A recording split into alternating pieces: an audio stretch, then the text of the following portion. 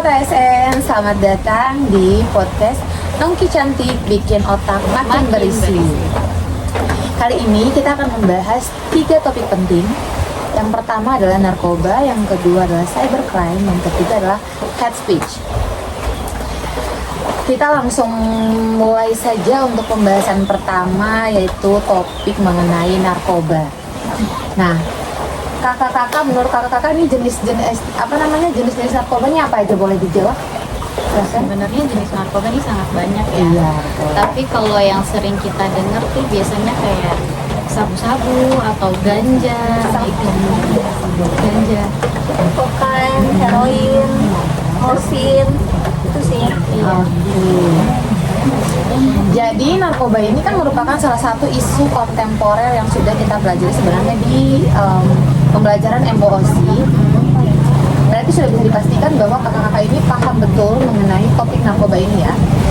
Nah, kira-kira bagaimana peran kakak sebagai ASN dalam menyikapi isu ini?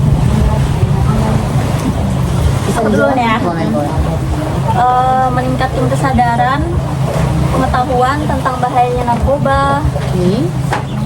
Terus kalau sebagai ASN untuk ke masyarakat ya, Ya, biasanya kita lakukan edukasi kepada masyarakat, sosialisasi ke masyarakat bahwa narkoba itu sangat berbahaya untuk lingkungan keluarga, untuk diri sendiri, dan banyak juga dampak yang diakibatkan oleh narkoba ya tentunya.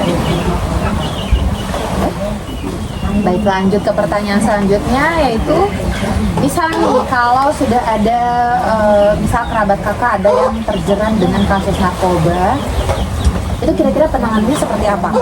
Dan dampak yang akan dirasakan oleh pemakai narkoba itu seperti apa? Tolong dijelaskan.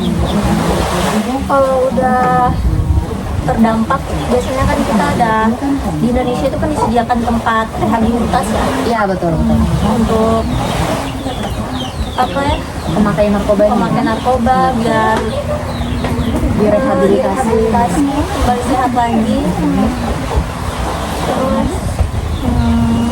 Biasanya sih kalau yang udah terjerat narkoba dari lingkungan keluarga ya, Iya. dari keluarga pasti harus mendukung. Tapi memang kebanyakan sih kalau udah kena narkoba, kebanyakan kan dijauhin ya. Tapi kalau misalkan menurut saya pribadi, memang sih narkoba itu memang salah gitu ya kalau untuk memakai. Tapi tetap sebagai keluarga, sebagai teman dekat, kita harus tetap mendukung, memberi dukungan lah agar dia tuh pada saat rehab dia semangat untuk sembuh.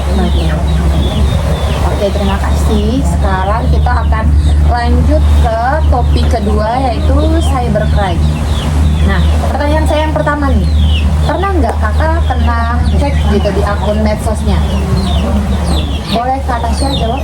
Kalau hack tuh pernah sih, tapi itu udah lama banget ya, udah lama banget.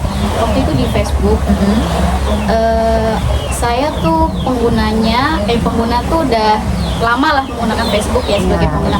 Cuman nggak tahu kenapa udah berapa tahun pakai Facebook itu, temen juga udah banyak, postingan video juga udah banyak, tapi tiba-tiba nggak bisa masuk, nggak bisa login, nggak tahu kenapa. Saya sudah laporkan, biasanya kan ada tuh satu laporannya, tapi juga tidak ada tindakan apa-apa. Jadi post aja gitu? Udah langsung hilang gitu aja. Jadi ya sudah, kita bikin akun baru. Maksudnya itu kan salah satu sosial media bikin kita tuh ingat momen gitu ya. Betul. Tapi ya mau gimana, udah dihack sama orang. Oke, pertanyaan kedua nih. Kalau misalkan ada, kakak pernah nggak nemu orang yang kena tipu terkait dengan infoloker? Atau kakak pernah ngalamin sendiri mungkin? Gimana? Ada pengalaman nggak enak seperti itu? untuk infoloker dulu pernah sih, tapi teman. Jadi dapat infoloker dari sosial media, lalu disuruh kirim ke alamat, tapi ternyata alamat tersebut tuh nggak ada kantornya. Oh, jadi alamat palsu. Oke. Bahaya banget ya. Bahaya banget itu. Jadinya kan data-data pribadi kita ikut Iya. tersebar. Iya. Kalau Oke. Boleh? kalau aku sendiri pernah sih ngalamin diri sendiri. Kalau tadi kan Tipu infoloker. jadi sebelum masuk di ASN ini kan cari-cari infoloker, banyak tuh di sosial media. Nah, banyak kan yang nawarin bisa kerja dari rumah, bisa kerja dari rumah. Nah itu saya langsung masuk di situ, langsung WA begini, tugasnya begini ya kak. Tugasnya tuh waktu itu apa ya, memilah produk di marketplace. Oke. Terus akhirnya sudah kak seperti ini. Terus mereka bilang harus ditransfer lagi.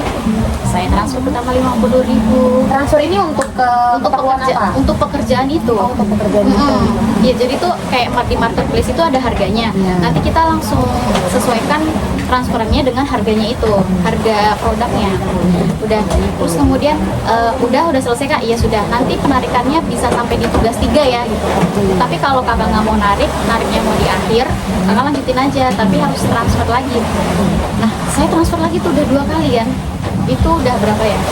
150.000 kalau nggak salah. Lanjut. Kok bisa suruh transfer terus tapi nggak bisa penarikan lagi gitu, penarikannya di tugas akhir. Akhirnya saya baru sadar di situ kalau itu scam. Akhirnya sudah nggak dapat apa-apa tapi kita keluar uang. Rugi ya, Rugi sebenarnya banget. rugi ke kita sendiri. Iya betul. Betul.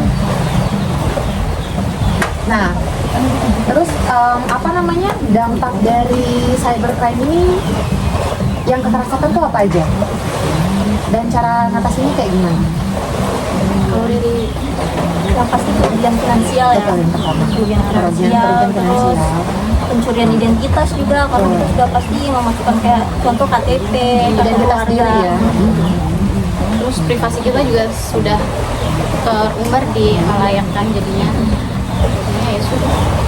Untuk cara mengatasinya kayak gimana?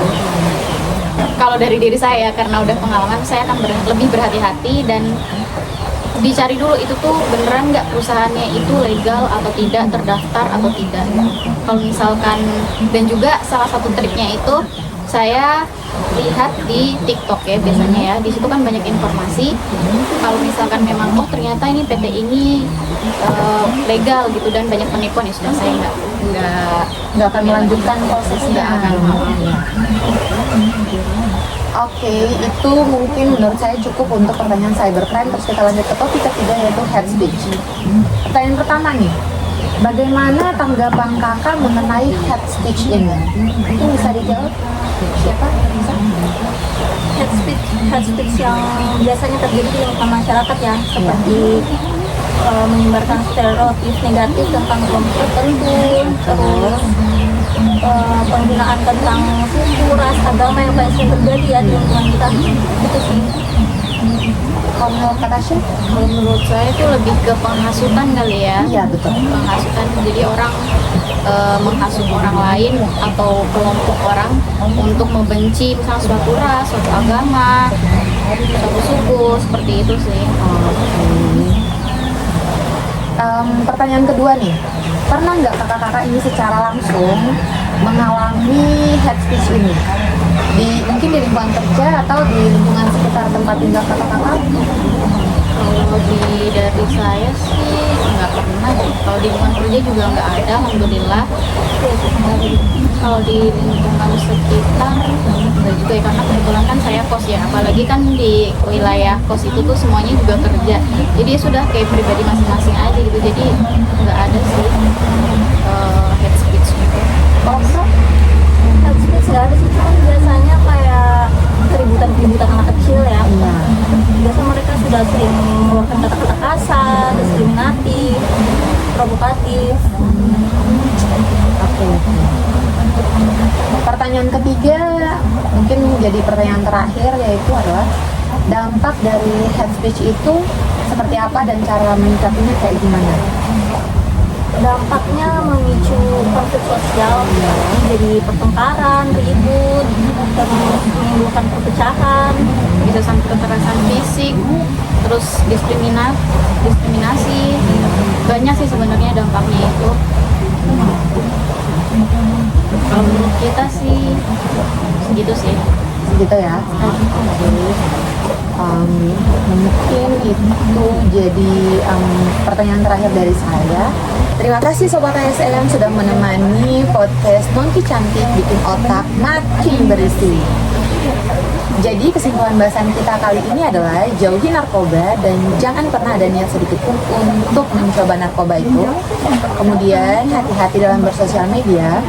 Jika ada informasi yang menurut Sobat ASN dirasa agak janggal, maka harus dilakukan proses cross check terlebih dahulu agar bisa meminimalisir kerugian yang akan terjadi nantinya.